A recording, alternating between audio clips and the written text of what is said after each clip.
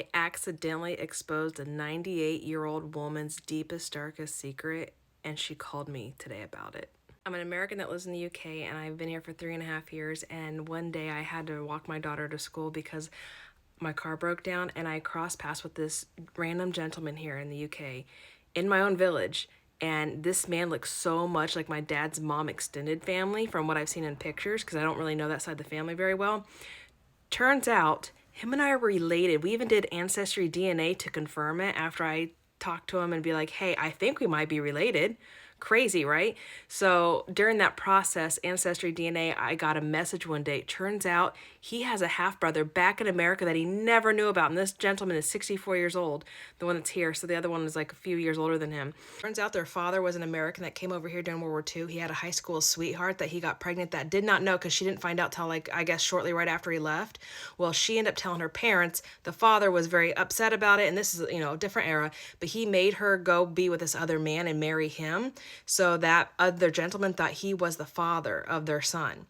Turns out she sent a Dear John letter to the man that came over to fight the war, got the letter. He never wanted to go back to America. He was so heartbroken. He ended up staying here. He ended up meeting somebody, married her, and they had a son. So that son is the one I randomly met one day. Well, during this process, obviously, I found out they had half-brothers, so I had to tell them. And then on Christmas, they both got to FaceTime for the first time. And I kid you not, they look so much alike. So I'm still needing to ask him to see what picture of his father, because those brothers, they look like they could pass for twins at this point. It'd be kind of neat to see what they look like when they were younger, too.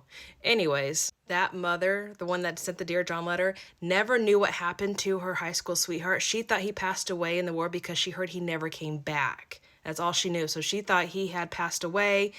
She held that secret, obviously, until I found out recently. She wanted to tell them, but she didn't want to ruin the dynamic that they had. But she called me to thank me because she had been carrying that burden since she was 17 years old, and she is 98 years old now.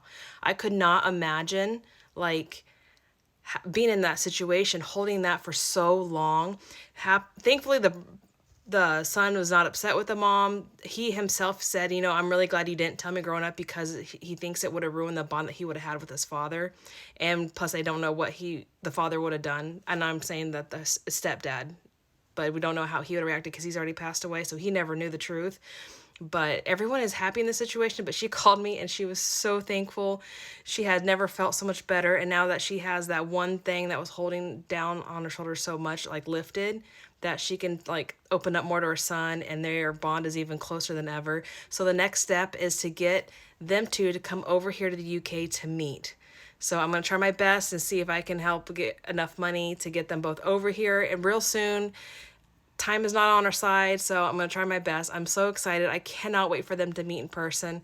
And then after that, we're hoping that the gentleman and his mom here will go fly to America so they can see where his dad is from and all that kind of thing. So stay tuned. I'll keep you guys posted.